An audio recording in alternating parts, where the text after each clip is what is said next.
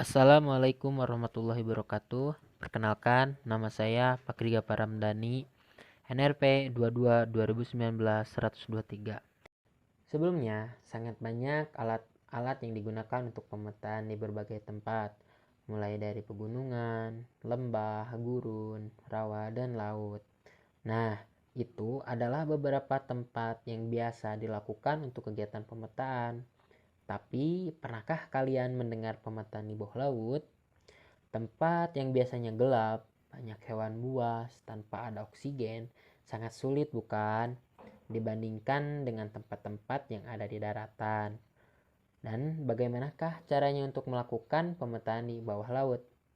Dari kondisi dan medan yang sulit untuk dijangkau manusia, tentunya dibutuhkan alat bantu yang canggih untuk membantu pemetaan daerah bawah laut. Ada beberapa alat yang bisa digunakan untuk membantu kegiatan pemetaan di dasar laut, seperti side scan sonar, sub-bottom profiling, single beam co-sounder, dan multi beam co-sounder. Dari sekian banyak alat tersebut, saya akan menjelaskan tentang alat side scan sonar. Side scan sonar merupakan salah satu instrumen dari sonar yang bertujuan untuk mendeteksi dasar laut. Nah, side scan sonar merupakan metode untuk memperoleh data rincian yang akustik dari dasar laut itu sendiri. Hasilnya seperti apa? Seperti sologram. Sologram ini dalam bentuk analog yang akan dicetak di media cetak atau kertas. Dari sologram yang kita dapat, kemudian kita interpretasikan dan kita akan mengetahui bentuk-bentuk objek yang ada di dasar laut. Fungsi secara umum yaitu untuk pemetaan dasar laut. Nah, pemetaan itu untuk apa? Yaitu untuk mengidentifikasi objek yang ada di bawah laut. Selain itu juga digunakan untuk survei batimetri atau arkeologi maritim yang berkaitan dengan sampel yang nantinya untuk membedakan material apa saja yang ada di laut. Kemudian juga untuk mendeteksi bangkai pesawat yang jatuh di laut. Kita dapat mendeteksi di kedalaman berapa pesawat itu jatuh. Bisa juga mendeteksi pipa-pipa laut dengan side scan sonar. Tidak hanya itu, side scan sonar juga bisa digunakan dalam bidang konstruksi, seperti dalam membangun bendungan, jembatan, pelabuhan, pembangunan pipa-pipa dasar laut, dan kilang minyak. Karena hal yang pertama kali disurvei sebelum memulai pembangunan, yang pastinya berada di dalam air. Dengan alat ini nantinya kita bisa melihat apakah bangunan yang kita buat ini bisa dibangun di tanah tersebut atau tidak.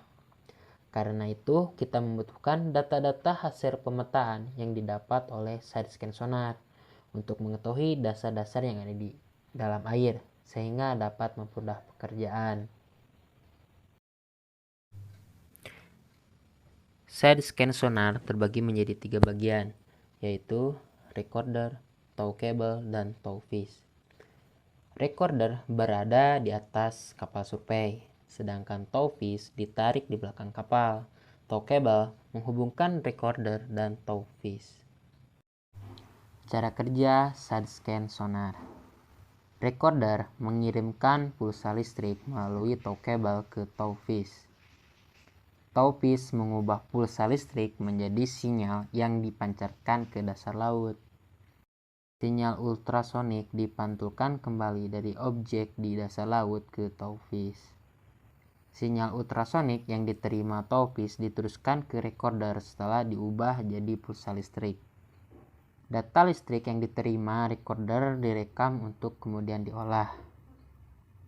Data hasil olah dan interpretasi side scan sonar berupa data grafis dan data numeris untuk kemudian dilakukan analisis.